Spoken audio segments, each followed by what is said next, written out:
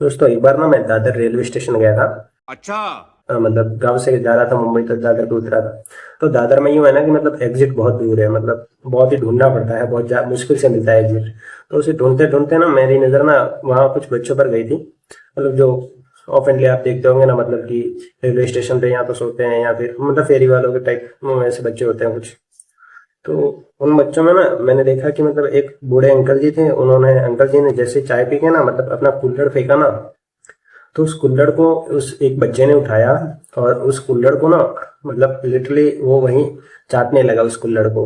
तो वो देख के ना मुझे लगा कि मतलब क्या हो रहा है, मतलब समझ ही नहीं आया कि ये कर क्या रहा है। मैं उसको देखता रहा ना, बहुत देर मैंने उसको ऑब्जर्व किया। तो मतलब भूख बहुत बड़ी चीज है ना।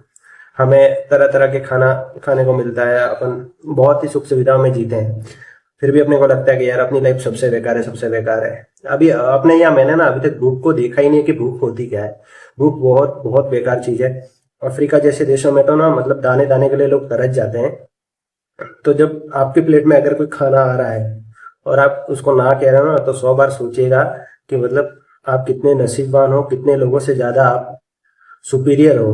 आपको जो चीज मिल रही है ना, उसका अभी लाभ उठाइए और कोशिश कीजिए कि ऐसी कंडीशन कभी भी ना बने, है ना। आप बहुत ही अच्छी कंडीशन में जी रहे हो, आपका पालन पोषण बहुत अच्छे से हो रहा है। आपने अभी गरीबी या भूख को देखा ही नहीं है। हम शायद सोचते होंगे कि भूख मतलब आप एक एक दिन भी अगर आप भूखे रहते हैं ना, तो आपको लगता होगा कि यार पता नहीं कैसी जिंदगी है। तो सोचिए उन बच्चों के बारे में, सोचिए मतलब आप खुद इमेजिन करिए कि कोई मतलब कैसे उसको जस्टिफाई करूं मैं, मुझे खुद समझ नहीं आता ना।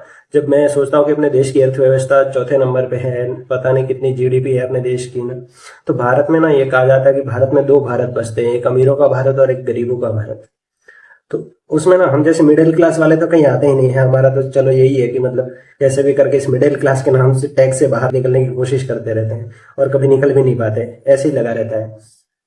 लेकिन गरीबी बहुत बुरी चीज है। और चाहे कोई भी नेता आ जाए ना देश में, या फिर अपन कितनी भी बातें कर ले, ये चीज कभी बदलेगी नहीं, बदल भी नहीं सकती जब तक कि एजुकेशन प्रॉपर नहीं हो पाता। एजुकेशन जिनके पास होना चाहिए उन तक नहीं पहुंचता।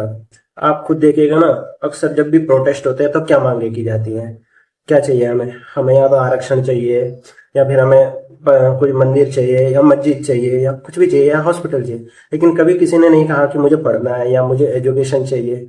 आप एजुकेशन लोन कितना महंगा है हमारे देश में, एजुकेशन नहीं मिलता ना। क्यों नहीं मिलता? क्योंकि अगर आप पढ़ लिख गए तो आप सवाल करोगे, और जैसे जिस दिन आप सवाल करना शुरू करोगे ना, उस दिन गवर्नमेंट को बहुत सारे रिफॉर्म्स करने पड़ेंगे। चाहे किसी की भी गवर्नमेंट हो, या मैं किसी पर्टिकुलर पार्टी के लिए नहीं बोल रहा। देखिए, कौवे ना, कौवे कौवे सारे ही काले होते हैं, चाहे कोई भी कौवा हो, मतलब कोई भी पार्टी हो, कोई भी नेता हो, अपनी हालत वही है। अपन नेताओं के लिए लड़ते हैं, लेकिन वही नेता जो है संसद में ना एक दूसरे से हंस मिलकर बिल्कुल दोस्त की तरह मिलते हैं। तो उनके पीछे तो अपना टाइम वेस्ट कीजिएगा ही मत, नेताओं के पीछे तो। और इस एक एग्जांपल से ना उस दिन मैंने समझ लिया था कि बिना पढ़ाई के, बिना एजुकेशन के, जब तक आप खुद आगे नहीं बढ़ोगे, कोई भी आपका हाथ पकड़ने वाला नहीं है। चाहे आप कुछ भी कर लीजिए, नो मैटर्स। भूख बहुत बड़ी चीज है, बहुत बुरी चीज है, बहुत बुरी चीज है। भूख को अवॉइड करवाइए, कीजिए, और हो सके उतना दूसरों की हेल्प भी करने की कोशिश कीजिए। और एटलीस्ट अगर आप दूसरों की हेल्प नहीं कर सकते तो खुद की हेल्प तो जरूर कीजिए, कि आपके पास कभी भी वो कंडीशन नहीं आनी चाहिए। आपके पेरेंट्स आपको ना जब बोलते हैं कि पढ़ो पढ़ो, हम नहीं पढ़ पाए ये वो, तो हमें बहुत बुरा लगता है कि मतलब खुद तो वो पढ़े नहीं और हमें बार बार फोर्स करते रहते हैं पढ़ने के लिए। क्योंकि उन्हें पता है, उन्होंने ना कहीं अपनी लाइफ में वो चीजें देखी हैं।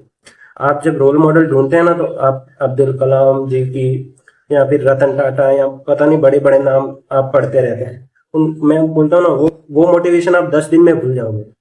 कभी अपने पापा की स्टोरी सुनिए, कभी अपने दादाजी की स्टोरी सुनिए, अपने नाना जी की, मामा की, इन सब की स्टोरी सुनिए।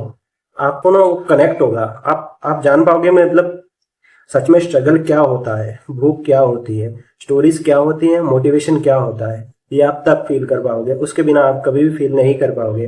क्योंकि बड़े बड़े नाम भले ही आपको अच्छे लगते हो, लेकिन उनसे आप कभी कनेक्ट नहीं कर पाओगे, क्योंकि उनसे आपका ब्लड का कोई रिलेशन नहीं है। और जिनसे आपका ब्लड का कोई रिलेशन नहीं है ना, उनका मोटिवेशन आपके कभी कोई काम नहीं आएगा। सच बोलता हूँ, आप ज्यादा से ज्यादा 10 दिन तक उसको याद रख सकते हो, 10 से 11वें दिन आपको वो याद नहीं रहेगा। इसलिए मैं यही कहना चाहूंगा, मतलब एटलीस्ट अपने ऊपर फोकस कीजिए, अपना गोल सेट रखिए कि आपको लाइफ में ना सिक्योर कीजिए अपने आप को, अपनी फैमिली को किसी तरह से प्लीज। Thank you.